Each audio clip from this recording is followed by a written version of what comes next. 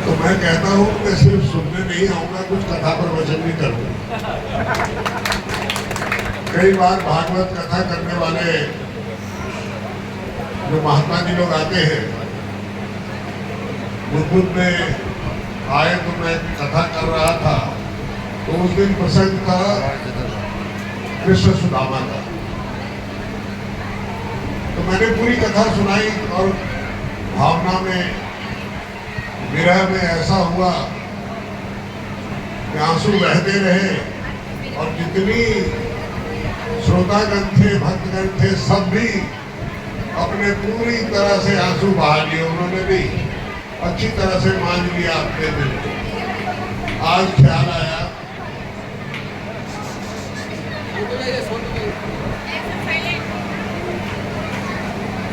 भरे दरबार में, धृतराष्ट्र के भरे दरबार में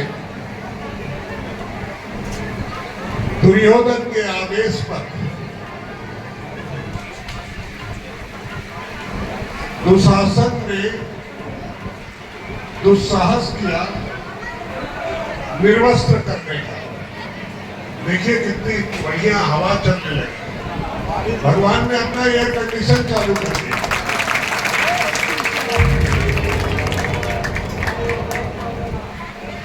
उसमें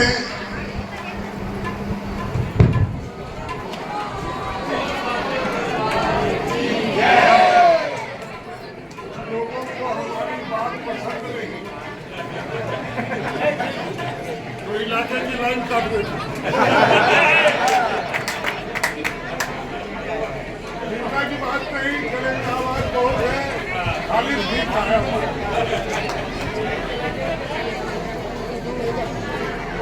बाबा जी का बाबा जी का बाबा जी पूरा है। बाबा जी बोले बाबा जी लेना जय जी साहब।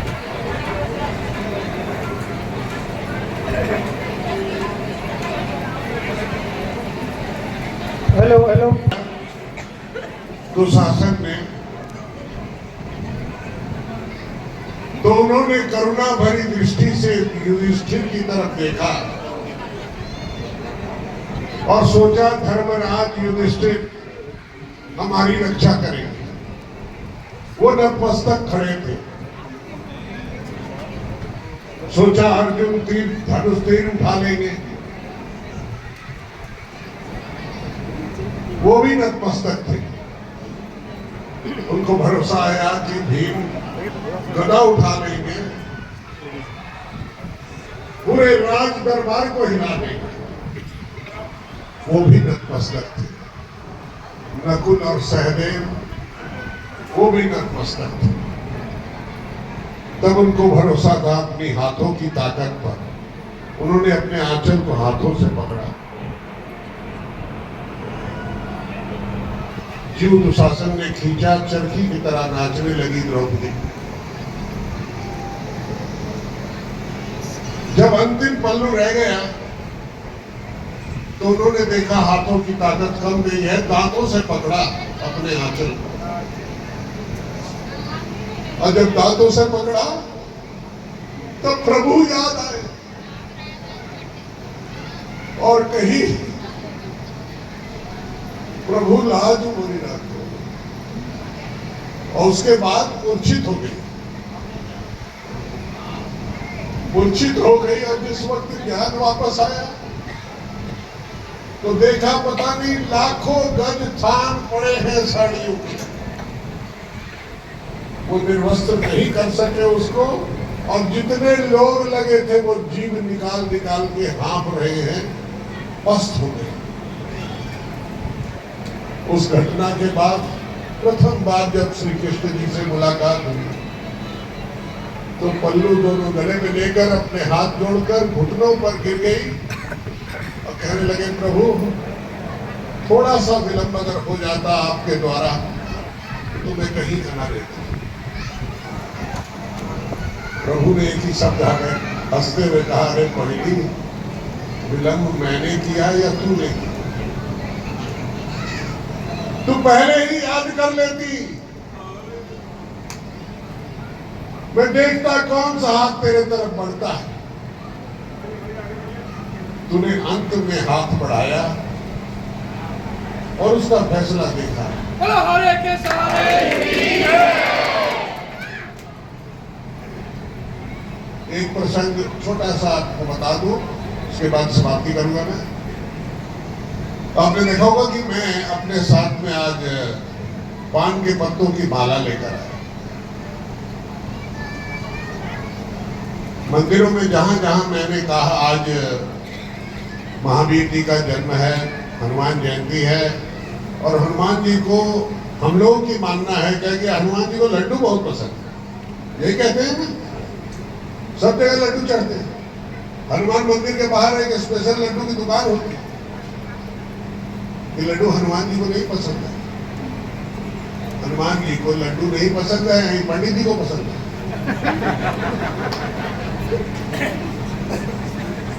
इसीलिए लड्डू चढ़ते हैं।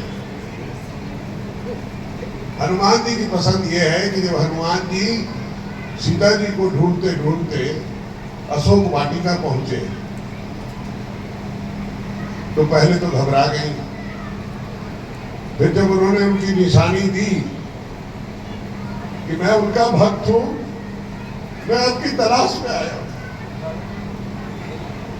नमन किया सिर झुका के। इतने में राक्षसों ने घेर लिया, पकड़ लिया, बांध के ले गए दरबार में। रावण का हुक्म हुआ कि इनकी पूंछ में आग लगा दी जाए। हवा में चलता है, इसकी पूंछ में आग लगा दो, अपने आप समाप्त हो जाएगा। रावण जी की हनुमान जी की पूंछ में आग लगाई और वो आग लगते ही वो छलांग लगाकर पूरी लंका को जला दिया उन्होंने। एक अट्टालिका से दूसरी, दूसरी से तीसरी, चढ़ चढ़कर पूरा उनके सोने की लंका को आग लगा दी। आग लगाते लगाते उनके रोए के शरीर पर पूरा उनके रोए जल गए। अब जब चमड़ी जलने लगी, ऊपर से जा रहे थे, तकलीफ थी, ढूंढ रहे थे कि कहाँ शांति मिले। उन्होंने एक पान का बागान देखा, वहीं गए, जमीन पर लेटकर पान की लताओं को अपने साथ बांध लिया। माताओं को याद होगा, घर में बच्चों के लिए, परिवार के लिए खाना बनाते वक्त गरम घी या गरम तेल में कोई चीज तलते वक्त छेका लग जाए तो तुरंत माँ उस पर पान का पत्ता लगाती है कि फफोले ना पड़े। हमारे हनुमान जी ने सारे पत्ते लपेट लिए, उनको सुकून आ गया और उसके बाद फिर वो जाके श्री राम के श्री चरणों में जाकर सारी खबर की। सबसे ज्यादा पसंद है उनको पान का पत्ता। पान के पत्ते को उनको दे के उसकी अर्जी लगाए और भी कबूल होगी। सिर्फ उनके ये से नहीं, हमारे गुरु ग्रंथ साहब में एक अंतिम शब्द आता है, अंतिम स्टेंजा है, राम नाम उर में गयो जाके सब नहीं को, जह सिमरत संकट मिटे और दरस तुहारो हो।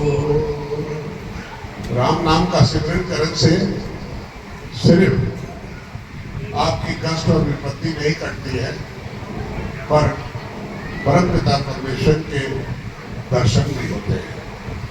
आज प्रभु के दर्शन और भक्तों के दर्शन करके गदगद हो गया हूँ। धन्यवाद। आज आपको इस श्याम मंदिर की इस श्याम मंदिर की 6वीं वर्षगांठ पर और हनुमान जयंती पर आपको मेरा कोटि कोटि नमस्कार, नमन, प्रणाम। धन्यवाद।